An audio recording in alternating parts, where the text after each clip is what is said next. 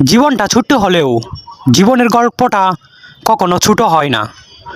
এক একজনের জীবনের গল্প এক এক রকম, তবুও গল্পটা লিপিবদ্ধ হয় জীবনের খাতায়। চাওয়া পাওয়া হিসেবে যতই আলাদা হোক না কেন, একটা জায়গায় সবার মিল খুঁজে পাওয়া যায়। চাওয়াটা পাওয়ার আকাঙ্ক্ষা মন থেকেই মুছে যায়।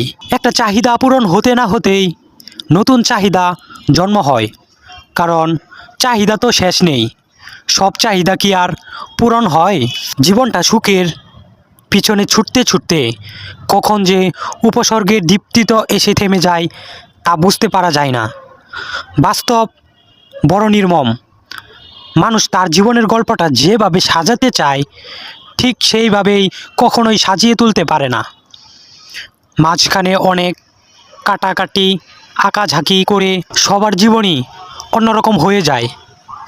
যা পরে থাকে তা শুধু দীর্ঘশ্বাস।